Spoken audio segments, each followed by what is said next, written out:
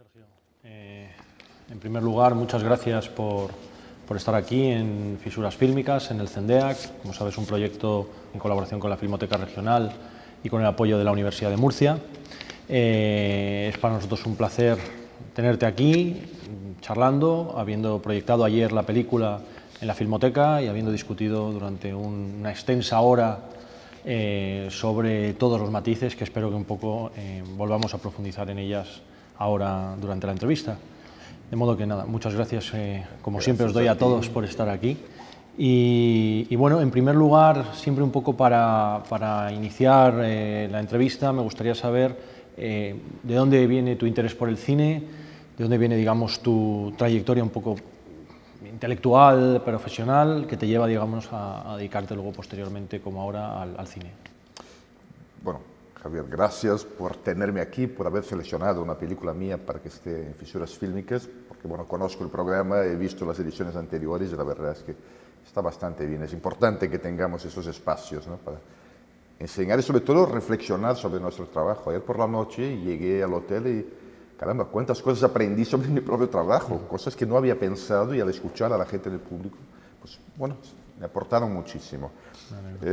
Yo nací en São Paulo, en Brasil, donde estudié periodismo y trabajé como periodista un tiempo en un periódico y luego en una televisión. Y luego estudié cine, bueno, estudié a medias porque dejé a mitad en Estados Unidos. Pero desde que estaba en la facultad ya me empecé a interesar por los documentales. Entonces, yo creo que mi acercamiento y luego mi oficio de documentalista parte de mi frustración como periodista. Es casi como si el periodismo, las herramientas del periodismo se quedasen cortas para acercarme a los temas que me interesaban, ¿no? O sea, viene, digamos, que tu trayectoria es del periodismo a luego ya dedicarte al documental. Al documental, pero muy marcado y muy impregnado de lo que tenía del periodismo. Entonces, como ya te he contado, yo he estado intentando alejarme del periodismo y llegar más al cine, ¿no? Ajá. También para ir centrando la entrevista, la película que proyectamos ayer y la que hemos seleccionado es La Esteticien, una película del año 2005, ¿no? 2004. ¿Puedes un poco, como quien dice, poner sobre la mesa cuál es el problema que querías abordar en esa película y qué es lo que la película de alguna manera aborda? En principio yo ofrecí una idea a una televisión en el año 2002, hace 10 años, o casi más, en Madrid, y era la historia de una señora que había estado en Auschwitz y había sido cobaya de Josef Mengele, ¿no?, el llamado Ángel de la Muerte, y posteriormente sobrevivió y fue a vivir a Brasil y se volvió a encontrar con Mengele en Brasil, según ella. Y había algo muy extraño en su discurso sobre Mengele, o sea, el verdugo, la persona que hizo experimentos con ella. Bueno, a la vez ella tenía una cierta fascinación por él. La televisión aceptó esto, me encargó una pieza de 52 minutos y ahí fui yo a Brasil y estuve un par de semanas o una semana con esta señora grabando entrevistas, pero centrado en hacer algo muy televisivo. Cuando volví a España, empecé a editar este material y algo me molestaba. Es como si, siguiendo los cánones periodísticos, un poco lo que esperaba la televisión de mí, yo me estaba alejando de lo que realmente me había inquietado en el discurso de esta señora, que era, bueno, las zonas un poco grises de la memoria, lo que no se contaba, lo que se repetía muchas veces. Entonces yo a la televisión les entregué lo que habían encargado, pero estuve 2 años barajando este material, intentando dar una forma distinta a esto para poder realmente acercarme a lo que me inquietaba. Y finalmente lo que decidí hacer fue presentar este material prácticamente en bruto. Lo que se ve son las costuras de mis conversaciones con ella. ¿Cuál era mi intento? Era, si yo enseño las costuras y la manipulación del director al hacer una película, de alguna manera también podré entender, un poco acercarme a su forma, a la forma de una víctima, de estructurar su discurso y de estructurar su discurso, o sea, que se cuenta como se cuenta, que se deja fuera, ¿no? Quería insistir un poco en esto que has señalado antes sobre la cuestión del discurso periodístico, ¿no? Tú has señalado hace un momento, y te lo he escuchado en otras ocasiones, que en un momento dado te diste cuenta que el discurso, la forma periodística no servía o no te servía a ti, y quizás no sirve, para acercarse a determinadas cuestiones. ¿Por qué y cómo de alguna manera desentrañas tú ese descubrimiento o esa...? Yo no soy un teórico, yo soy sobre todo un espectador. Y yo, desde luego en España, veo los informativos y lo que genera en mí es el olvido. Yo realmente me parece que no me acerca. Eso es una cosa que pasa cuando tú estás cerca de algo que sucede y luego lo ves reflejado en un informativo en un minuto, ¿no? Sobre todo lo que ves es el protagonismo del que lo cuenta, pero dices, caramba, no es esto lo que presencié ahí. Dentro de mi proceso de intentar contar historias, acercarme o retratar personajes, pues en primer lugar la objetividad periodística es algo que progresivamente fui dejando de lado. O sea, no existe una verdad. En el caso de la esteticien, en la televisión me pedían que confirmase, que hubiese entrevistas que confirmasen que el discurso de ella, por ejemplo el hecho de que se encontró a Mengele en São Paulo, era verdadero. Y yo decía, pero ¿por qué no me cabe a mí comprobarse lo que cuenta mi personaje es verdadero? Si se lo ha inventado, pues muy bien, se merece un documental igualmente. Y me he empezado a dar cuenta de que un documentalista es un filtro absolutamente subjetivo de la realidad. Eso es un tópico. El momento que pongo una cámara estoy recortando la realidad. Entonces he decidido asumir eso, y sobre todo en mis películas recientes, eso de manera absolutamente ostensiva, y eso que me interesa. Mis películas son muy explícitas desde el principio. Tratan de la arbitrariedad del narrar. Hablando ahora que sacas a relucir tus otras películas, cuando nosotros elegimos la esteticien, a ti te resultó extraño, primero que estabas muy sorprendido, y de hecho me comentaste que durante muchos años habías renegado de la película, la habías tenido metida en un cajón, que de hecho no habías vuelto a ver en muchísimos años. Incluso te resultó curioso que nos pareciese más interesante que tus últimos trabajos, que de hecho han tenido muchos más premios y han estado en muchos más sitios. ¿Por qué pensaste en su momento que la película La esteticien era una película fallida? Bueno, en primer lugar, yo pensé que no había sido capaz en su momento, en el momento de rodaje y luego en el montaje, de encontrar realmente una forma adecuada de acercarme a esta señora. Y sufrí mucho durante muchísimos años. Decía, caramba, qué películas había ahí y no pude ver. Pero claro, el momento en que ruedo algo, grabo algo para televisión, con estética muy televisiva, muy fea además, a mí me parece que los planos son horrendos, son cuadros que se reajustan cuando se mueve ella y sobre todo está la cronología. Yo lo que intenté fue que esa señora contase su vida de manera cronológica, ¿no? Para que el espectador se pudiese agarrar a lo que contaba. Eso me molesta muchísimo, sobre todo como espectador. Yo no quiero entenderlo todo, yo no quiero que se me enseñe el mundo de forma cronológica, sobre todo porque las cosas no son así. Entonces me interesa cada vez más lo fragmentado, las pequeñas pistas para que yo monte el puzzle en mi cabeza. Entonces, bueno, ese es el material con el que me encontré cuando llegué a montaje en España. Había grabado una señora para un programa periodístico y mi intención era tener algunas frases limpias que se entendiesen, que se pudiesen concatenar para que luego la historia estuviese contada perfectamente y limpiamente.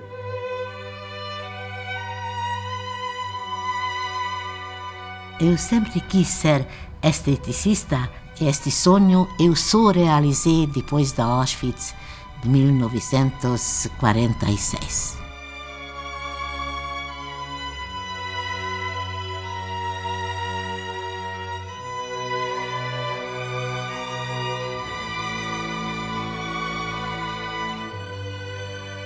Quando eu fui 5 ou 6 anos, eu sentia que eu sou muito feia. Achava que este cabelo vermelho e cheio de sardas, magra, tão magra. Essa época, uma menina ruiva não foi um grande sucesso de beleza. Con esto me encuentro y digo, ¿y ahora qué hago? Dije, caramba, voy a enseñar este material bruto. Si pudiera volver a hacer la película, y mira que durante muchísimos años pensé qué películas podría haber hecho, probablemente hubiera tenido a la señora trabajando, era una esteticien, tenía un pequeño laboratorio, cosa un poco extraña también porque cuenta cómo fue víctima de Mengele en un laboratorio. La hubiera tenido con sus clientes ahí, limpiándoles el cutis, y que saliesen frases sin ninguna indicación. Cada X tiempo ella soltase una frase y Mengele y el espectador podría intuir que hay algo extraño, llegaría hasta donde pudiese llegar.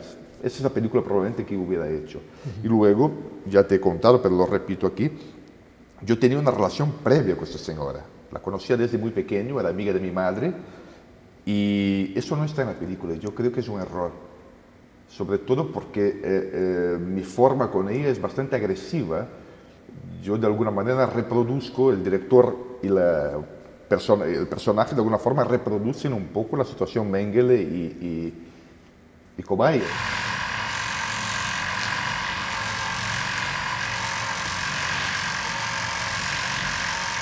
Eu vou pedir para a senhora me falar, dona Amy, sempre me falar as frases inteiras. Eu me lembro as frases inteiras. Não, por exemplo, se eu pergunto como chama a senhora, não fala M. Eu me chamo M, porque a minha voz não vai aparecer. Ah, Então, a senhora estava falando sobre as marcas da vida. Sim. Eu quero saber que marcas no seu rosto. Alguém que olhe para a senhora pode imaginar o que aconteceu com a senhora? De hecho, bueno, ¿Quién te odia preguntaré a luego mí? algunas cuestiones sobre los temas que acabas de señalar y te preguntaría, dices que te estás reconciliando con la película, ¿qué lecturas hacías de la película en el momento en el que la terminaste, al cabo del poco tiempo y empezaste a sentirte distanciado de ella o no estabas contento? Y ahora cuando dices que empiezas a reconciliarte, ¿qué lectura haces de la película? Bueno, en un primer momento yo no estaba, cuando termino la película y empiezo a ir a festivales, yo estaba bastante contento. Creía que, bueno, había hecho un experimento, creo que bastante respetuoso, y la reacción que tuve en algunos festivales me chocó un poco, primero por la temática, hay temáticas que son intocables, por lo tanto intentar deconstruir algo vinculado al holocausto, a la gente le choca porque la gente va preparada a una sala para identificarse con la víctima y de repente un chaval que intenta deconstruir el discurso de la víctima y un poco hurgar las contradicciones de su discurso, eso es bastante molesto. Llegué a ser amablemente insultado en un festival en Grecia y bueno, decidí tenerla en un cajón, pero sobre todo lo que me dolía era estar pensando que en todas las películas que podía haber hecho. Te conté también que durante las conversaciones con esta señora había mucho ruido, había como martillazos que venían de un piso de abajo, estamos en la planta 13, y un día bajé ahí a hablar con los obreros y me encontré con la casa en que había vivido yo de los 10 a los 20 años echada abajo, ¿no? De repente reconstruyendo una vida ajena, mi vida estaba ahí por los suelos tras unos martillazos que molestaban la grabación de mi película. Quizás la película estuviese ahí, yo también estuviese ahí, en ese momento no lo pude ver.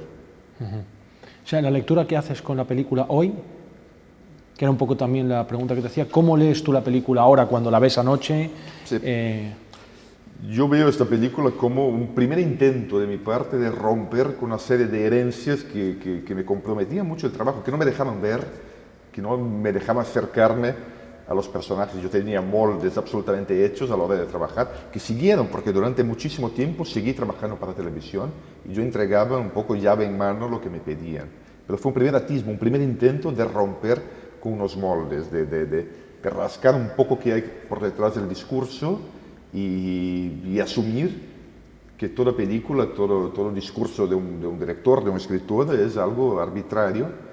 Y creo que la película debe contener las claves o las llaves para que el espectador pueda intuir cuál ha sido el proceso de hacerla y cómo se construyó. En ese sentido, te iba a preguntar más tarde, pero te lo pregunto ahora. Hay dos recursos en la película, cuando hablas de mostrarle las costuras al espectador, ¿no? Hay dos recursos en la película que aparecen de manera constante y que quizás son los elementos clave para el proceso ese de desmontar la propia película. Algo así que lo llamábamos ayer, ¿no? Esa especie como de distanciamiento brechtiano permanente, ¿no? Casi en ocasiones un poco machacón, es decir, la película es permanentemente ese distanciamiento, esa ruptura así obsesiva, ¿no?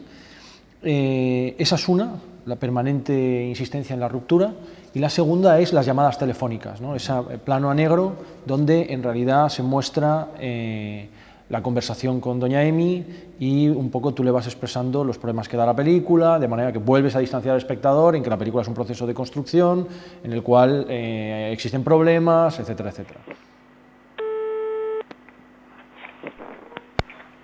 Alô? Dona Emi, Sim. é o Sérgio, como vai? Ah, como vai, Sérgio? Muito bem, a senhora? Graças a Deus, estou melhorando. Que bom. Esperei muito a sua chamada.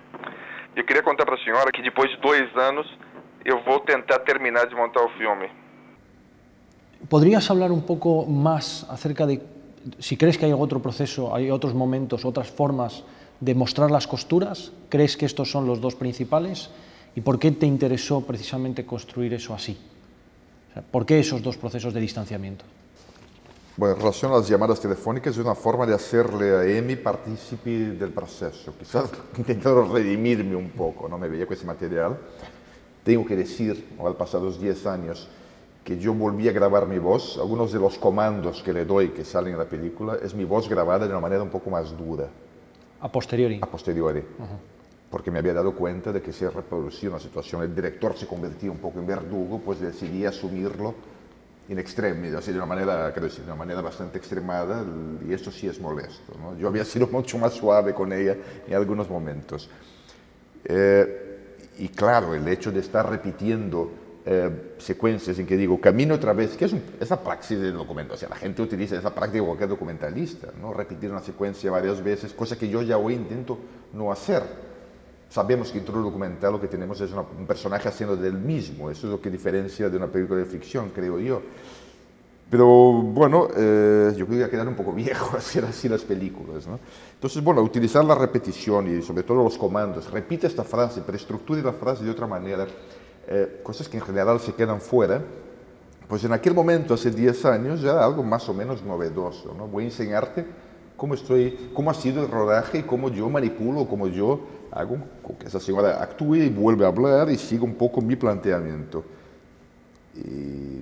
Pero yo creo que tú has indicado cuáles son las principales costuras que se ven en la película, ¿no? Hay una que a mí me parece especialmente sintomática y muy, muy interesante que esté puesta en montaje, que es cuando le dices algo así, si no recuerdo mal, más corto. Vuelva a repetirlo, pero sea más breve. ¿No? Quiero decir, creo que es de los momentos en los cuales cuando uno le exige a la víctima que narre su historia para la televisión.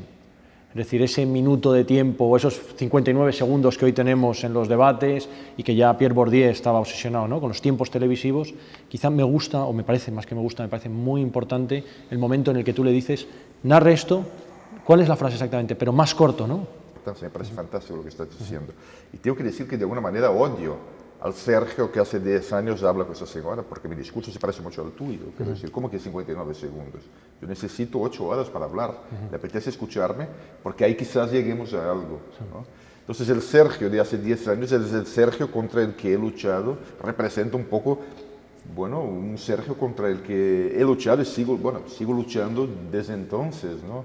No voy a seguir cánones, no voy a seguir moldes. Cada película me va a dar un poco, en fin, voy a intentar en cada película buscar un camino y a lo mejor tardaré muchísimo y tardo muchísimo en encontrar cómo contar o cómo acercarme a las cosas.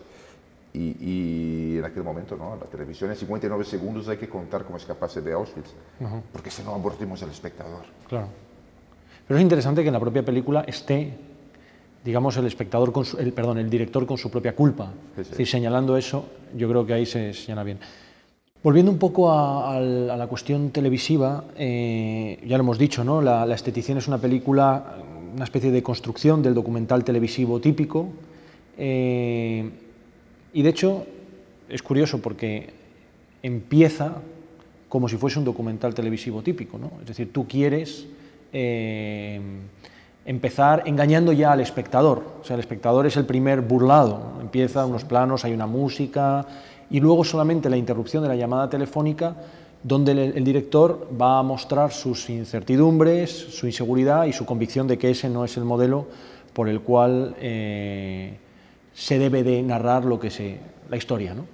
De hecho, luego hay algunos otros planos que también son extremadamente televisivos, casi, digamos, kitsch, ¿no? De hecho, tú mismo lo señalas, el momento del oscuro, donde ella tiene el rostro un poco iluminado, o a través de la puerta, ¿no? Cuando ella está allí como casi una película de terror, ¿no? ¿Recuerdas? Hombre. Que está el plano a través de la puerta. Recuerdo y me avergüenzo de ello, pero claro, por lo menos lo pude enseñar. Quiero decir, yo hice un striptease al montar de esta manera, asumí todos mis... Bueno, el chavalito con intención de hacer algo televisivo y que no tenía ni idea, que no veía nada, por lo tanto siguió los cánones que más o menos creía que, bueno, eso que se le pedía, ¿no? No solo me acuerdo, como te digo, hay planos ahí que cuando volví a Madrid con eso daba golpes en la mesa, qué vergüenza, qué horror, y ahora qué hago, ¿no? En ese sentido sí te quería preguntar, cuando tú fuiste a hacer el documental, incluso televisivo, ¿tú te habías informado con respecto a lo que significaba hacer una película o un documental sobre alguien que había estado en Auschwitz, sobre alguien que había estado en manos de Mengele? Sí. Es decir, digamos un análisis un poco a fondo sobre lo que eso significaba. ¿O fuiste luego consciente, quizá en el proceso de visionado, de que había habido una traición a algo que tú quizá no conocías porque no habías investigado a fondo quiero decir no investigar, de leer mucho, quiero decir de responsabilizarse con lo que uno va a hacer, y luego en el propio proceso de visionado te das cuenta de que en realidad todo eso hay que desmontarlo porque no es legítimo?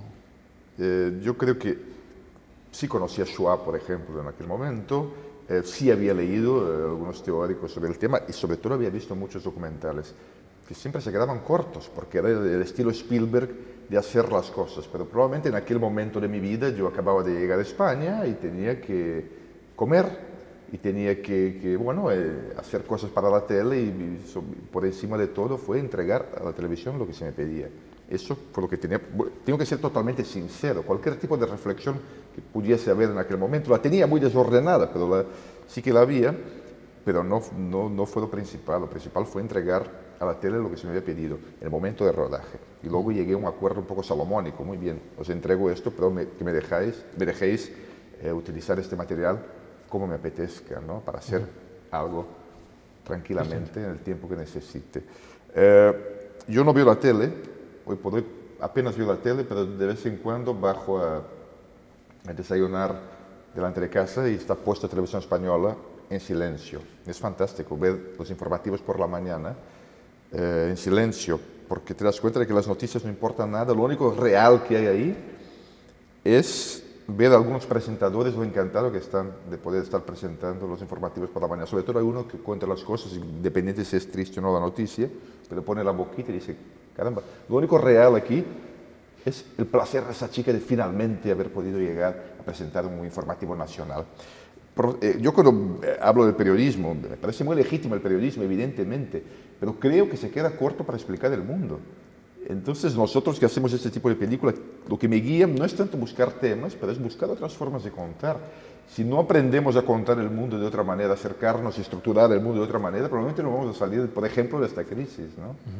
Yo no sé, no me quiero meter ahí en líos porque sobre todo no soy un teórico, yo soy un diletante. Indudablemente importante e interesante en la película es que es una película casi hecha, digamos, exagerando, con un found footage, palabra que odio, ¿no? Es decir, pero es como si tú, casi podría haber sido un material encontrado de otro director que tú encuentras y dices, bueno, esto hay que hacer un montaje que lleve a esta otra película. Casi ni siquiera teniendo en cuenta a lo mejor el documental original. ¿O sí tenías que ser consciente de que se había hecho un documental para la televisión con un determinado modo para poder hacer luego con ese material encontrado esta otra película? O incluso iría más allá. Tenías que ser tú, podría no ser un material encontrado, tenías que ser tú el responsable de aquel documental televisivo para poder realmente tratar de expiar esa responsabilidad en otro tipo de narración. Con lo cual son tres preguntas, digo, he dado tres opciones en realidad, ¿no? Una era si podía haber sido un material encontrado de cualquiera, otra si no, si en realidad eras tú el que tenías que rodar, y otra si era la responsabilidad de haber rodado eso y haber montado eso la que te llevaba a... En primer lugar, decir que yo voy a apropiarme de tus preguntas y voy a empezar a utilizarlas como respuestas, porque estás yendo bastante lejos, cosas que no he pensado, y me parece interesantísimo. Yo creo que solo podría haberlo hecho yo, pero sí creo, hace 10 años, pero sí creo que mi actitud fue, voy a tratarlo como material de archivo. Y lo sigo haciendo, Por eso tardo tanto en hacer películas, 2, 3, 4 años, incluso cortometrajes. Yo sí intento tratar mi material como un material de archivo ajeno, aunque no puede ser ajeno y no debe ser ajeno, pero lo trato siempre como algo ajeno, aunque lo haya rodado yo. Ahora estoy empezando una película nueva, no sé dónde llegaré, tardaré algunos años, y tiene que ver con archivo familiar, con mi familia. Y tiene cosas que he grabado y grabaré yo, pero mi idea es esta. O sea, todo lo que grabo es un found footage y 2 años después, otro Sergio se acerca a esto. Es muy importante esa desvinculación de mi parte para poder acercarme a estos materiales. ¿no? Y en el caso de Esteticien, yo creo que en aquel momento ya me portaba de esta manera. O sea, esto es material encontrado, rodado por mí. Y odio al tío que ha rodado esto. Es interesante eso, el hecho de que luego regrabases un poco tu tiranía, insistiendo en la violencia casi ejercida sobre doña Emi, ¿no? Es decir, el hecho de que querías enfatizar esa especie de relación Una relación, además, ¿no? Yo te dije que hay un punto ahí muy vinculado a mi infancia. Doña Emi es una señora que yo conocía desde que nací, amiga de mi madre. Y bueno, yo recuerdo, y eso lo puedo contar, llamaba a casa y yo a los 4 o 5 años si cogía el teléfono, me caía mal. Había algo que hoy veo que un niño es muy sensible. Había algo en su discurso y en su exaltación de todo lo que me quería que yo no me acababa de creer a los 4 años. Y luego, 20 años después, entrevistándola, seguía sintiendo lo mismo. Me está contando algo, pero hay unas zonas un poco extrañas en su discurso. No acabo de saber bien por dónde van los tiros, ¿no? Y eso probablemente es lo que me fascinaba, pero además lo que de alguna manera me hacía sentir muy impotente. Quizás insistiré luego en eso porque tenía que haber es un estado tema... en la película. Creo sinceramente que la relación que tenía yo con ella y las contradicciones que veía en su discurso desde que nací, pues yo creo que tenía que haber estado explícitamente en la película. Yo creo que es importante eso, y ahora te haré alguna pregunta, sobre todo porque, claro, al no estar presente bajo ningún concepto, ninguna relación personal previa tuya, esto se convierte en realidad en una relación, llamamos, abstracta. Sí. Es decir, la víctima de Auschwitz, en el fondo siempre, cada ocasión, arquetípica, es decir, esta es la posibilidad de un arquetipo de la víctima en Auschwitz, el arquetipo del director tirano, es decir, finalmente sois vosotros, es doña Emi, pero doña Emi es mucho ayer más. Y me chocó mucho y dije, caramba, es exactamente esto. Durante esta película, Emi representa y es todas las víctimas, y las 20 frases que dice son todas las 20 frases de la víctima. Claro. Te voy a preguntar algo ahí, porque ahí hay muchos problemas, creo yo, con respecto a lo que ella misma contesta, y no solo que ella contesta, porque ella no contesta la película, ella contesta in situ, en un tiempo y en un momento, pero será el director el que en realidad extraiga esa frase y la decida colocar en una película, convirtiendo a esa Emi, que no es la Emi que tú entrevistaste, en el arquetipo de todas las víctimas, o una posibilidad, ¿no? Al fin y al cabo, doña Emi, tú deconstruyes un arquetipo y, digamos, una aproximación más o menos habitual al arquetipo que se ha mediatizado también como el arquetipo de la víctima, que es la víctima de Auschwitz, la víctima del Holocausto. Y el arquetipo del documental. Y el arquetipo del documental, ¿no? Es casi como la víctima en mayúsculas. Claro, tú vas a hacer algo en esta película que es realmente algo que yo no he visto en ninguna otra película sobre las víctimas de Auschwitz, que es casi deconstruir no solo el documental, sino la narración de la propia víctima. Diría incluso que el director, y lo hemos estado hablando ya, se convierte casi en un agresor. Es decir, hay una violencia, no sé si hay una violencia, quizás excesiva la palabra, pero sí hay una confrontación permanente con doña Emi.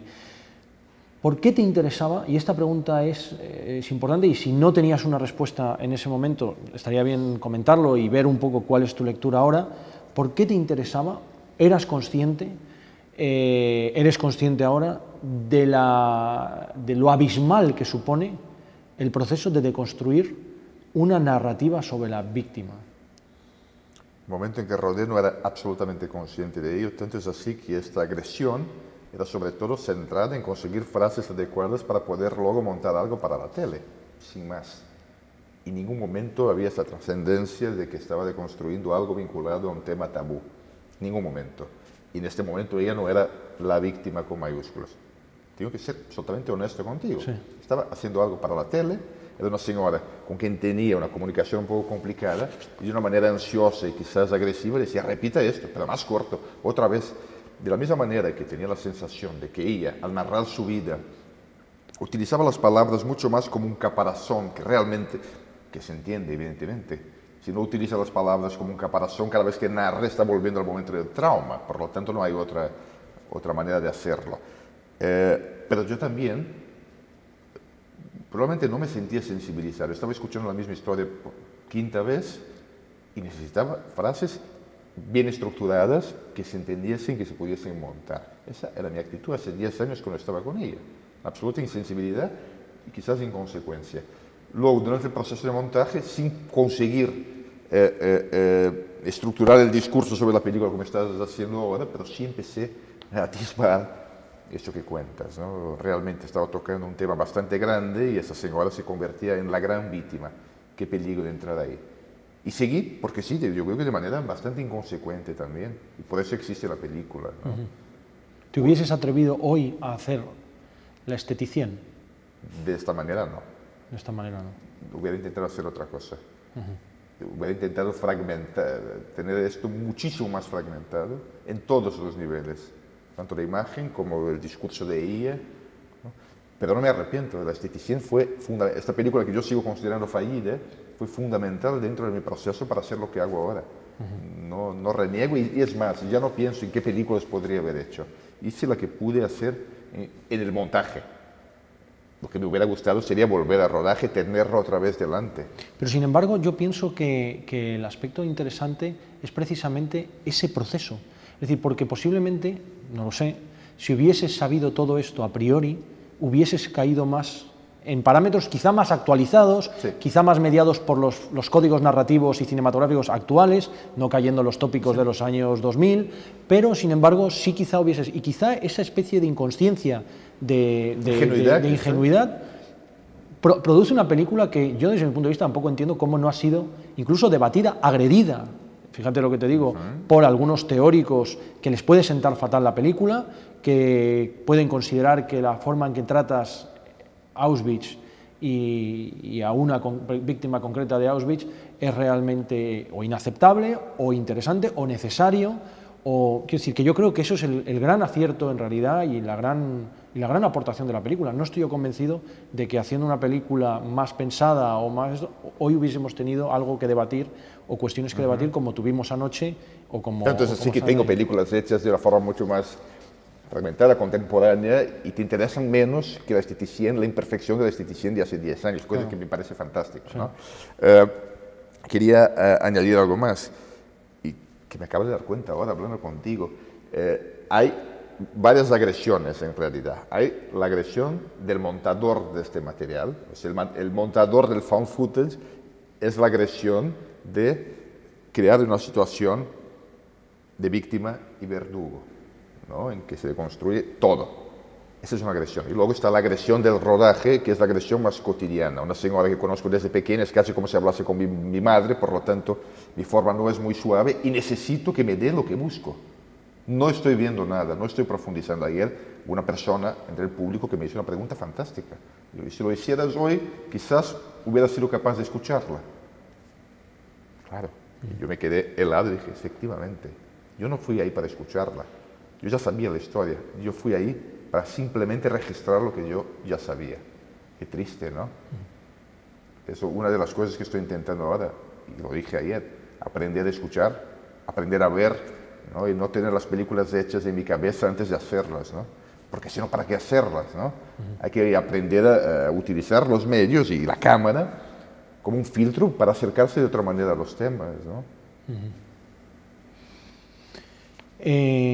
En esta, insistiendo ahí en la cuestión, digamos, de la deconstrucción que esta película produce sobre los ciertos tópicos de las víctimas, tú llegas a un punto que para mí es posiblemente el más agresivo de la película, que es cuando muestras esa ambigüedad que resulta realmente... no resulta afectivamente chocante, porque tú mismo, la propia construcción de la película que haces, es muy difícil que permitas ningún tipo de empatía, o es muy extraño, solamente al final, ahora luego te preguntaré una cuestión sobre eso. En general tú estás permanentemente distanciado de doña Amy, estás distanciado de su relato, pero sin embargo hay un punto en el cual uno no puede obviar, y es cuando ella insinúa, deja caer veladamente que hay una cierta atracción sexual, erótica, con Mengele. Es decir, ella habla de sus ojos varias veces, dice que era un hombre que olía de maravilla, que era muy higiénico, muy limpio. Sí. O sea, quiere decir, pero lo dice de una manera en la cual, evidentemente, todo espectador, lo hablamos ayer, había ahí un rastro de atracción erótica. Ele é um homem bonito e tinha olhos, mesmo como refletores, muito bonitos, turquesa, azul, muito penetrante, que ele olhava de nós jeito que no primeiro momento eu já sentia assim fria, dura. Eu não sei porquê, que não sabia quem é ele, que ele é comandante este campo. Mesmo mais tarde eu sabia que chamava ele Anjo da Morte. Eu sempre adorava na minha vida anjo. Mesmo hoje tenho tantos anjos pequeninos na minha casa que eu adoro anjos. Claro, aquí la cuestión para mí no es si ella vivió, recuerda eso o narra eso, sino la responsabilidad de que todas las palabras que doña Emi pronuncia son de alguna manera palabras escuchadas también por otras víctimas. Cuando vean el documental, es decir, como están ahí, laten, se convierte en un discurso posible. Claro, ahí la responsabilidad, la pregunta ¿es de doña Emi por sentir eso? ¿O es del director que debería de asumir la responsabilidad de que no todo lo que dice alguien frente a una cámara está dicho para ser convertido luego en algo montado en una película? Otra vez te tengo que dar totalmente la razón, porque yo creo que lo que dona Emi, creo que está dicho en la película, ella lo que quería es que yo le hiciera su lista de Schindler. Y es curiosísimo como la víctima quiere acercarse a la representación de la víctima en Hollywood. Eso es lo que realmente quería ella, ¿no? Eso me dejó claro y creo que queda clarísimo durante la película, cuando por ejemplo sugiere que yo hable con Spielberg, ¿no? Por lo tanto, eso me hace mucha gracia, es como algunos personajes que acaban imitando a sus guiñoles, ¿no? Yo creo que es un poco esto. Yo veo que hay una idealización de la víctima y ella quiere ser esa víctima, la que vende además, ¿no? Y yo creo que es totalmente legítimo que yo lo mantenga en la construcción de la película, ese aspecto, que es un aspecto que sí me di cuenta desde el principio. ¿Te refieres al de Hollywood, al su anhelo, digamos, de ser una imagen mediáticamente hollywoodiense, o me refiero al hecho, cuando digo que es el núcleo también para mí conflictivo de la película, ese y otro, que te voy a preguntar ahora, de que aunque ella señale un cierto síndrome de Estocolmo con Mengele, ¿qué significa el hecho de que tú, yo sé que te estoy preguntando por una película que no acabas de terminar y por tanto es difícil porque tienes por un lado que defender al Sergio que la rodó a 2004 y al mismo tiempo atacarle porque no es el mismo que haría hoy la película. Claro. Pero te pregunto, y le pregunto al Sergio de hoy, ¿cómo ves tú que el Sergio de entonces decidiese que algo como esos desvelamientos, por decir así, de doña Emi, tú decidieses incluirlos en el documental? Me parecía algo muy potente, no me parecía mal haberlo incluido con todas las lecturas posibles. Es más, te voy a decir mi impresión. Yo sinceramente creo que no me toca a mí decidir si ella sí encontró o no a Mengele en Brasil. Realmente no he hecho ese ejercicio de intentar ver qué es verdad o no en su discurso. Yo creo que esa atracción que dice que sentía por Mengele es algo construido a posteriori. No creo que sintiese realmente. Yo creo que en las conversaciones que tuve con ella se dio cuenta de que eso me impresionaba y por lo tanto empezó a dar más peso a este dato. Ajá. Sinceramente creo que es esto. Ajá. O sea, ¿no crees que esa... Bueno, ya está, contestado. Creo realmente, es muy importante. O sea, las noticias reflejan la realidad, lo que sucede o lo que sucede viene un poco a colación lo que las noticias fomentan. Quiero decir, yo creo que hay aquí un intercambio con ella y hubo un intercambio previo en que hablamos muchísimo y seguramente esa señora pudo percibir qué de su discurso me impactaba. El director que iba a divulgar su vida. Y estoy convencido de que ella dio mucha importancia a un tema que a lo mejor hubiese pasado desapercibido. Pero ella se dio cuenta de que a mí me impactaba y insiste muchísimo en esto, ¿no? Y para cerrar esta cuestión de esos lugares tan ya no de claroscuros, sino tan inquietantes, tan políticamente complicados de situar el deseo de ella, que acabas de explicar yo creo que muy bien, por qué crees que era importante y cuáles son las ambigüedades que tiene, el deseo hacia Mengele.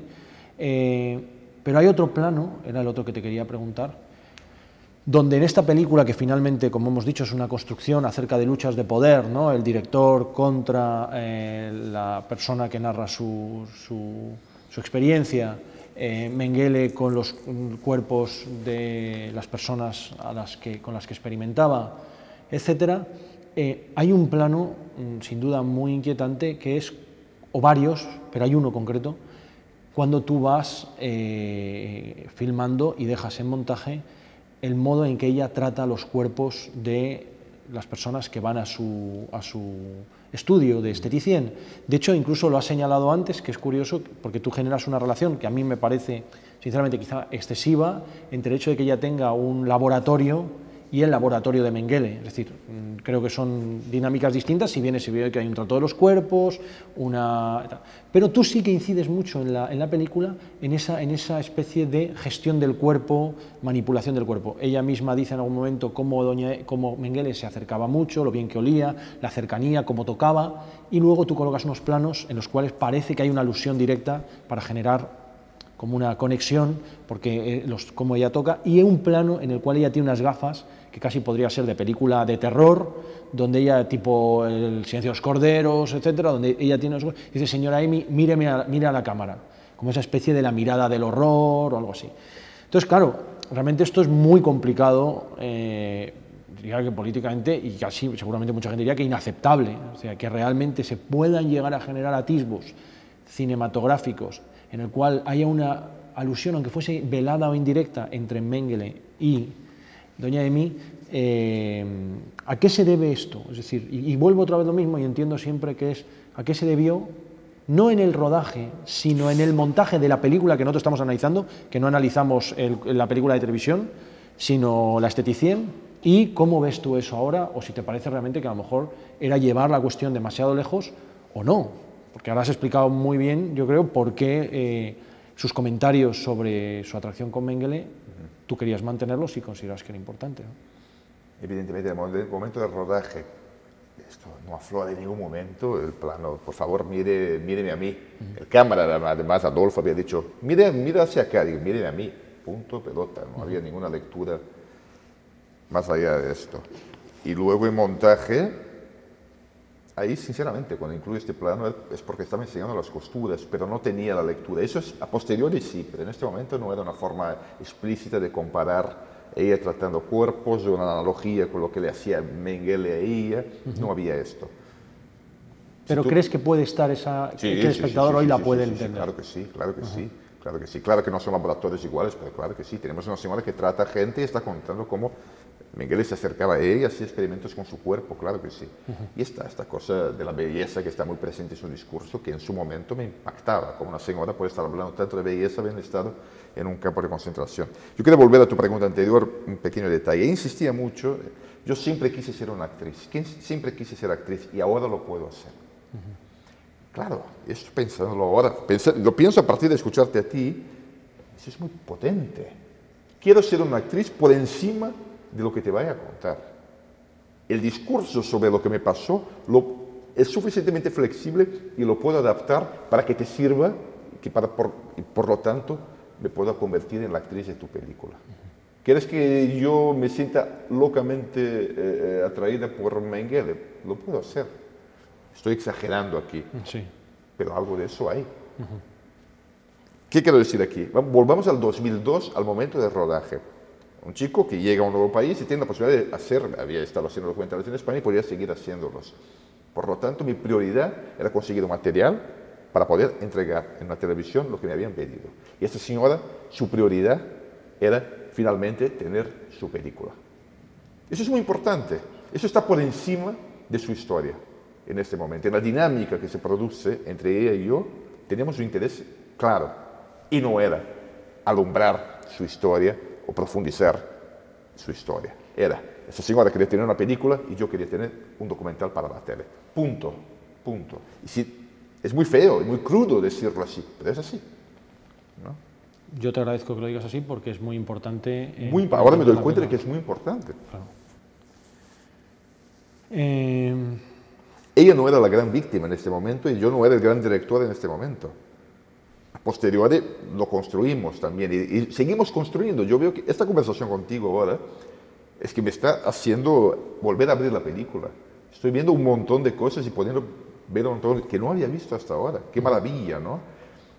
Pero me está quedando absolutamente claro. Teníamos de manera cruda una intención ahí. Yo quería sacar unas frases para poder entregar esto al señor que me había encargado esta película, este documental de 52 minutos, y ella quería realizar su sueño de ser actriz.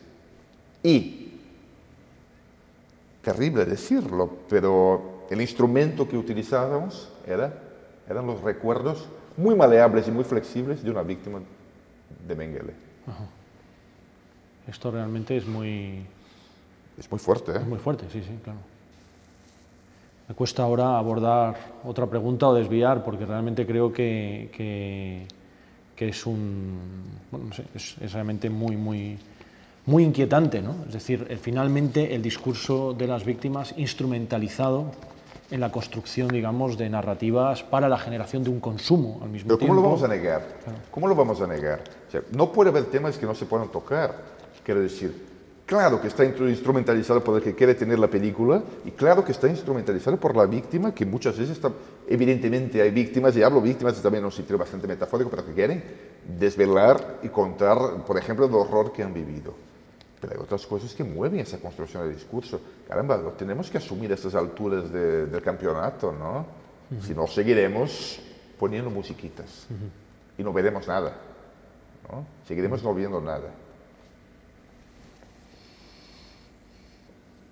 Tengo algunas otras preguntas, pero realmente es que casi como hemos cerrado muchos de los problemas en esta contestación que acabas de dar. La más espontánea que he tenido. Sí. Porque yo creo que tiene un discurso ya que es muy fácil abrir un cajoncito y sacar...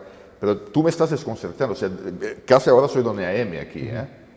Y tú eres el verdugo en el buen sentido, y estoy dispuesto a ello. También quiero decir eso, estoy dispuesto a ser Doña M, ¿por qué no? Que me machaques como... He hecho una película, pues estoy aquí y estoy dispuesto a que deconstruyas mi discurso. ¿Por qué no? ¿Por qué no? Es absolutamente legítimo. ¿Por qué no? ¿No? Me siento así y te lo agradezco. Porque me está permitiendo reflexionar sobre mi trabajo y sobre quién soy también. Claro. Dona Emi creo que no estaba abierta o no podía, ¿no? Pero... hacer ese análisis. Y yo tampoco en su momento. ¿No? Quizá por eso ella, esa obsesión que tiene, quizá es el único momento de humor que tiene la película, cuando ella trata de llamar a Spielberg, ¿no? Que de hecho la gente se reía ayer por eso, ¿no? Es decir, ayer ese momento delirante donde estamos entre desconcertados por la construcción de la propia película y desconcertados por lo que ella está intentando contar, que no terminas de captar, y cuando finalmente ella te dice, bueno, llama a Spielberg, que a él le interesan estos temas. Y que sabe mucho más que tú. Y que sabe mucho Podría más ser que tú. Tu abuelo. Podría ser tu abuelo, exacto, ¿no? Entonces, quizá ahí también has revelado mucho de por qué la obsesión de ella. Las dos películas que citas son El pianista y La lista de Schindler. Propone títulos durante todo las llamadas de teléfono, propone títulos delirantes en algunos momentos. ¿No? Sí, realmente es muy interesante los títulos, incluso la estrategia comercial que ella propone, es decir, que la película se llame La esteticien y la explicación que ella da. Porque ella da una explicación tenebrosa, ¿no? Vamos a romper la expectativa del espectador, ¿no? Cuando el espectador llegue pensará que va a haber algo bonito y ella misma lo dice, ¿no? En realidad luego va a encontrarse con el horror. Realmente, bueno, ahí hay todo un análisis sobre el tema de la comercialización del discurso de las víctimas y cómo está interiorizado en algunos casos, etcétera, etcétera, que tú mismo has reflejado ahora, ¿no? Y te pregunto, a lo mejor, ¿tú crees, Javier, si yo no fuese una persona de origen judía, yo podría haber hecho esa película? Realmente, bueno, esto salió ayer en el debate, ¿no? Es decir, yo por eso te he preguntado si habías tenido, quizá la película no se ha movido lo suficiente porque tú la metiste en un cajón. Yo desde mi punto de vista creo que es una película muy polémica. Es decir, creo que es una película que podría, y bueno, porque también estamos en un tiempo en el cual creo, suena pedante, pero que las cosas no se piensan con la suficiente exigencia, creo que si hubiesen miradas y espectadores que mirasen esta película con el nivel de exigencia que exige, yo no sé si nosotros no hemos sido capaces de hacerlo, estamos siendo capaces, sí. Intentamos hacerlo, pero de luego no es una película más, no trata un tema más y no lo hace de una manera cualquiera. Es una película peligrosa, es una película problemática, el director asume la responsabilidad y los riesgos de hacerlo y desde luego me parece que yo te podía hacer algunas preguntas inquietantes o un poco violentando una cierta medida tu discurso, pero estoy convencido de que expertos en el problema de Auschwitz, expertos en el problema de las narrativas sobre las víctimas, etcétera, podrían hacer alguna reflexión realmente muy crítica, como la hago yo, como la posiblemente haces tú. Y cuando contestas, si no fueses judío, es muy posible que la lectura fuese también otra muy diferente. Claro que sí, yo me imagino que sí. Nunca hubo críticas, nunca hubo un debate, no. Solamente te insultaron en Grecia. Me insultaron de una manera muy cariñosa. Una directora de un festival se me acercó y dijo, pareces un buen chico, pero viendo esta película eres un hijo de puta. Y me reí y dije gracias. Sí. ¿No? Y luego, años sin verla, sin que se viese, y este año pues, se ha visto en 3 sitios que además muy dispares, es muy importante para mí. Se ha visto en Pekín, se vio en el Festival de San Sebastián este año y ahora en Fisuras Fílmicas. Son los únicos 3 pases que ha habido. Pero después, sobre todo de escucharte, me están entrando ganas de que se vea. De que se vea más. Sobre todo porque 10 años después ya no soy aquel Sergio, o sea que, bueno, puedes incluso criticarlo y atacarlo. Sí, puedo recibir mejor los golpes. Los golpes, sí. Hablábamos antes, ¿no?, que la película en su proceso de desmontaje, digamos, donde tú muestras todas las costuras, etcétera. Sin embargo, hay un elemento que tú mismo ahora planteabas como hasta cierto punto crítico, que se mantiene una linealidad. Es decir, sigue manteniéndose una construcción incluso de una biografía. Ella empieza contando dónde nació, su infancia, lo bonita que fue, cómo tuvo un hermano, su adolescencia, su entrada en Auschwitz, casi cuenta cronológicamente los distintos momentos de Auschwitz. Su salida, o sea, va evolucionando, Brasil, etcétera, etcétera, hasta el punto en el cual llega el momento, digamos, catárquico, donde la película, que ha sido tan de ir rompiendo permanentemente la narración y el discurso, sin embargo, incluso fílmicamente se mantiene, respetas el momento en el que ella llora, y se convierte en una especie de momento catárquico que, de hecho, ayer mismo experimentábamos y lo discutíamos, cómo finalmente estamos preparados para ver estas películas no convencionales, por decir así, pero sin embargo la energía de la sala vuelve a sentirse unida ante el momento estándar. Nos reconciliamos con lo que realmente esperábamos. Con lo que esperábamos, la víctima que llora, no sé qué, y todo el mundo entonces ya, esa gente que estaba empezando a aburrirse en la sala, sin embargo, otra vez vuelve a ser atrapada, ¿no? Ele disse assim, olha senhora, eu não conheço a senhora, só que eu sou uma alto funcionário no Rio, eu já conheço a Europa, eu falo francês, inglês, alemão, eu conheço muito bem a história da Segunda Guerra, sabe que é isto que a senhora contar, que a senhora tem uma imaginação fértil. Eu falei, o que quer dizer senhor fértil? Eu não conheço essa palavra. Depois ele explicou. Eu falei, como o senhor pode dizer isto para mim, que o senhor sabe sabe falar línguas, só línguas, não quer dizer nada, senhor. O senhor, olha, senhor, eu fiquei tão nervosa na hora, tão agitada, que comecei a gritar lá no restaurante.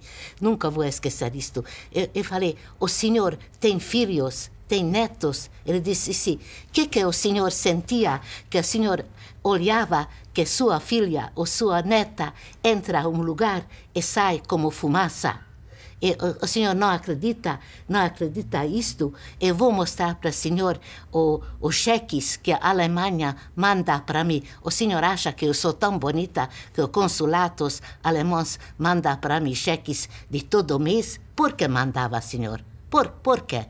Eu vou fazer xerox, eu vou mandar para o senhor isto, que o senhor não... Que é isto, imaginação? Que eu ganho isto, senhor, que eu vou contar? Eu mesmo nem pensava isto que eu vou contar. Essa senhora me conheceu, ela me falou. Depois, ele saiu, eu vi o rosto dele, que não acreditou. Depois veio a esposa. O próximo dia, lá no navio, ela disse, olha, senhora, desculpe. Eu falei, senhora, para isto não tem desculpa.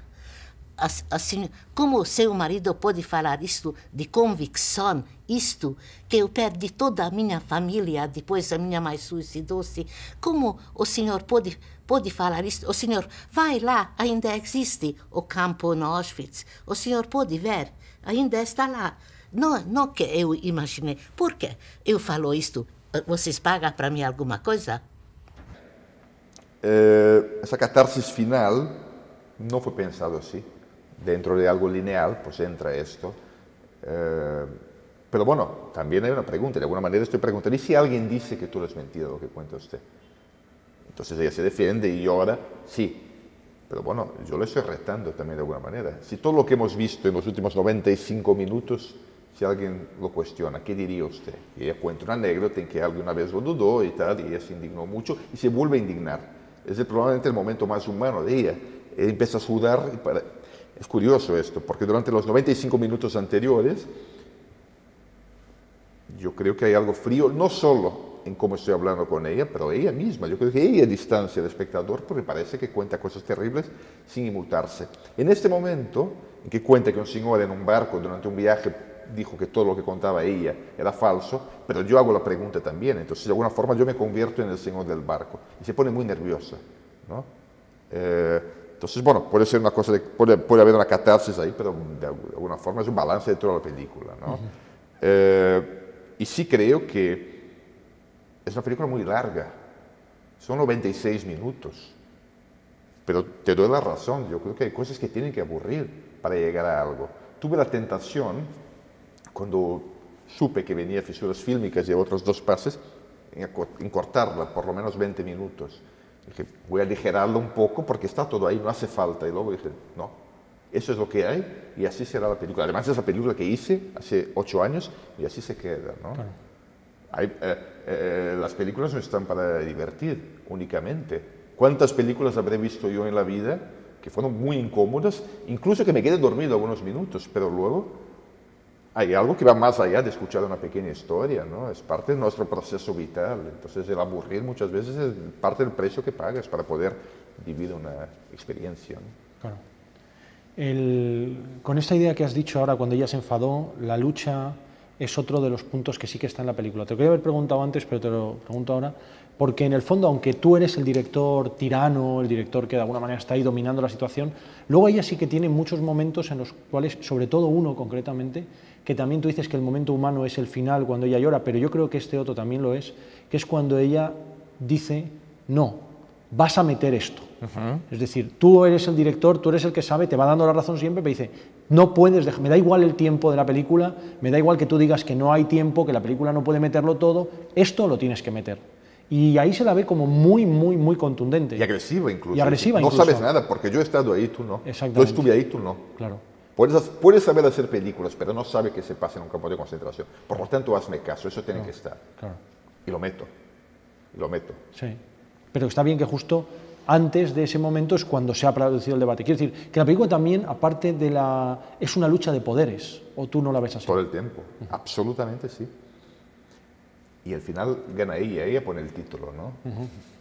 Quiero decir, la guinda final la pone ella y permito que la ponga ella, ¿no? Yo siempre, ahora volviendo bueno, estaba con una íntima amiga de mi madre hablando durante una semana, esa es Emmy. Sí. Yo siempre voy a perder. Sí. Aunque durante el proceso crea que estoy controlando y ganando, siempre perderé yo. Dos preguntas para terminar. Una que tiene que ver con esta película, y ya te lo pregunto también con los otros trabajos que has hecho. En un mundo que está hipersaturado de signos, que está hipersaturado de imágenes, que produce imágenes de manera... las consume bulímicamente y las produce compulsivamente, ¿qué sentido tiene seguir haciendo películas, seguir creando imágenes? ¿No deberíamos pensar en una cierta ecología visual? Yo soy un gran ecologista visual. Yo no grabo en balde, de verdad. Yo soy súper contenido. Sus últimas películas yo grabé prácticamente los planos que iba a utilizar. Grabé varias veces hasta tener lo que quería, pero no grabo mucho más. De verdad que yo soy un señor que produce muy poca basura de imágenes. Pero me refiero más de grabar, me refiero en el sentido de ¿qué sentido tiene hacer hoy una película, un cortometraje? ¿Qué tiene que proponer? ¿Es necesario hacerse esta pregunta o no? En mi caso, yo no soy un contador de historias. Las historias son un pretexto para que yo pueda reflexionar sobre el contar, sinceramente. Porque yo creo que solo buscando nuevas formas de contar y contarnos, podremos avanzar y mirar las cosas de una manera distinta. De verdad, ojalá los que nos gobiernan pudieran pensar así. Porque siguen, bueno, con cánones muy antiguos y seguramente ineficaces. Y yo creo que en ese sentido, sí, yo creo que hacer películas es una posibilidad más de intentar cambiar la forma de estructurar el discurso, ¿no? Me interesa sobre todo las películas que llevan empotrada la manera como han sido hechas. Es el caso de las mías. Incluso este Titien, de una manera un poco fortuita, pero creo que está ahí. Sí, claro, o sea, después del tercer minuto hay un señor que llama a su personaje y dice: todo lo que estaba haciendo no me interesa. A partir de ahora voy a hacer de otra manera y voy a enseñar material bruto de nuestras conversaciones. ¡Pum! Mi última película hay una voz que dice: me encontré un material en la basura. Bueno, un narrador ficticio, pero dice: me encontré con material en la basura, unas fotos de una familia, gente a la que no conocí y que está muerta, por lo tanto contaré su historia a mi manera.